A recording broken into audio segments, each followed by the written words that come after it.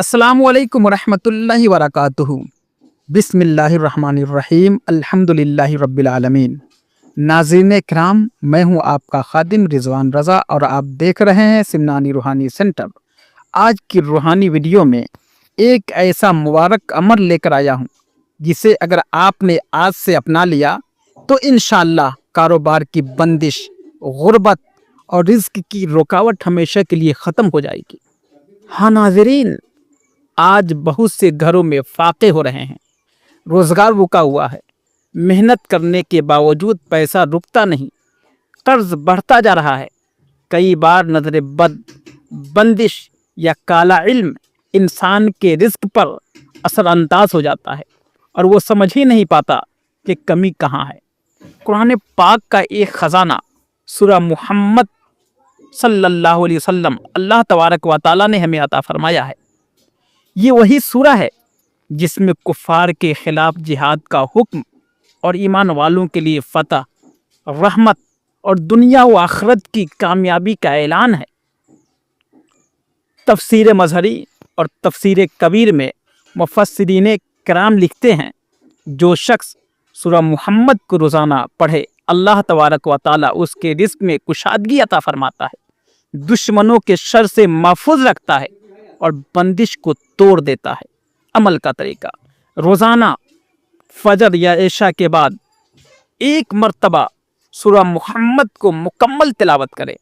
تلاوت کے بعد یہ دعا پڑھے: یا اللہ، سورہ محمد کی برکت سے میرے رزق میں برکت عطا فرما، کاروبار کی بندش کو ختم فرما اور میرے گھر میں رحمت نازل فرما، آمین۔ اگر آپ پڑھ نہیں سکتے تو صرف سننا بھی کافی ہے۔ روزانہ صرف ایک بار مکمل سورہ سن لے، انشاءاللہ حالات بدلتے نظر آئیں گے۔ کالا جادو اور بندش کا توڑ: ناظرین، بہت سے گھرانے سورہ محمد کو روزانہ سننے سے جادو اور بندش سے نجات پا چکے ہیں۔ یہ صرف لفظ نہیں، قرآنی ہتھیار ہے جو شیطانی حملوں کے خلاف ڈھال بن جاتا ہے۔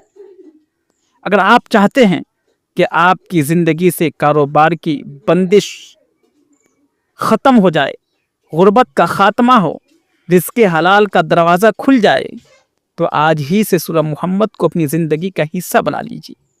مزید روحانی رہنمائی کے لیے رابطہ کریں رضوان رضا 9934419633۔ سمنانی روحانی سینٹر کو ضرور سبسکرائب کریں تاکہ ہر روز آپ کو قرآنی وظائف و دعا ملتی رہے۔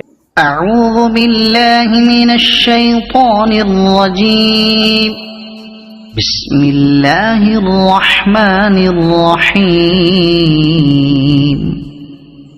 الذین کفروا وصدوا عن سبیل اللہ اضل اعمالهم، والذین آمنوا وعملوا الصالحات وآمنوا بما نزل على محمد وهو الحق من ربهم كفر عنهم سيئاتهم وأصلح بالهم، ذلك بأن الذين كفروا اتبعوا الباطل وأن الذين آمنوا اتبعوا الحق من ربهم، كذلك يضرب الله للناس أمثالهم، فإذا لقيتم الذين كفروا فضرب الرقاب حتى إذا أثخنتموهم فشدوا الوثاق فإما منا بعد وإما فداء حتى تضع الحرب أوزارها، ذلك ولو يشاء الله لانتصر منهم ولكن ليبلو بعضكم ببعض، والذين قتلوا في سبيل الله فلن يضل أعمالهم، سيهديهم ويصلح بالهم ويدخلهم الجنة عرفها لهم. يا أيها الذين آمنوا إن تنصروا الله ينصركم ويثبت أقدامكم والذين كفروا فتعسا لهم وأضل أعمالهم ذلك بأنهم كرهوا ما أنزل الله فأحبط أعمالهم.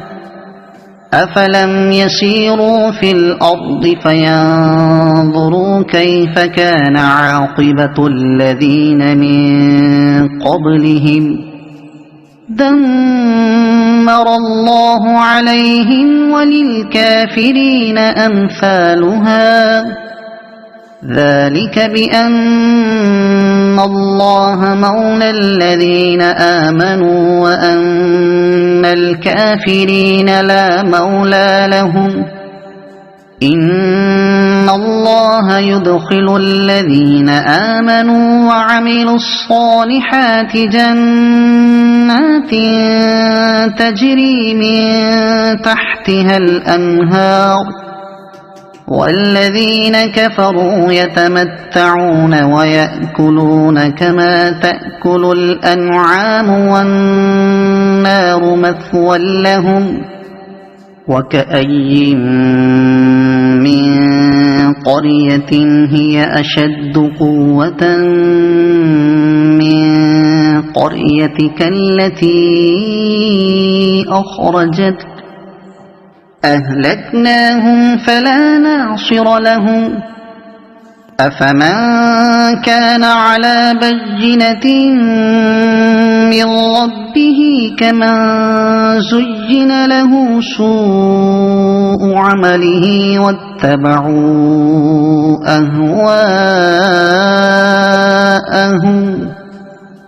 مثل الجنة التي وعد المتقون فيها أنهار من ماء غير آسن وأنهار من لبن لم يتغير طعمه وأنهار من خمر لذة للشاربين وأنهار من عسل مصفى ولهم فيها من كل الثمرات ومغفرة من ربهم كمن هو خالد في النار وسقوا ماء حميما فقطع أمعاءهم ومنهم من يستمع إليك حتى إذا خرجوا من عندك قالوا للذين أوتوا العلم ماذا قال آنفا أولئك الذين طبع الله على قلوبهم واتبعوا أهواءهم والذين اهتدوا زادهم هدى وآتاهم تقواهم فهل ينظرون إلا الساعة أن تأتيهم بغتة فقد جاء أشراطها فأنى لهم إذا جاءتهم ذكراهم فاعلم أنه لا إله إلا الله واستغفر لذنبك وللمؤمنين والمؤمنات والله يعلم متقلبكم ومثواكم ويقول الذين آمنوا لولا نزلت سورة فإذا أنزلت سورة محكمة وذكر فيها القتال رأيت الذين في قلوبهم مرض ينظرون إليك نظر المغشي عليه من الموت فأولى لهم طاعة وقول معروف فإذا عزم الأمر فلو صدقوا الله لكان خيرا لهم فهل عسيتم إن توليتم أن تفسدوا في الأرض وتقطعوا أرحامكم أولئك الذين لعنهم الله فأصمهم وأعمى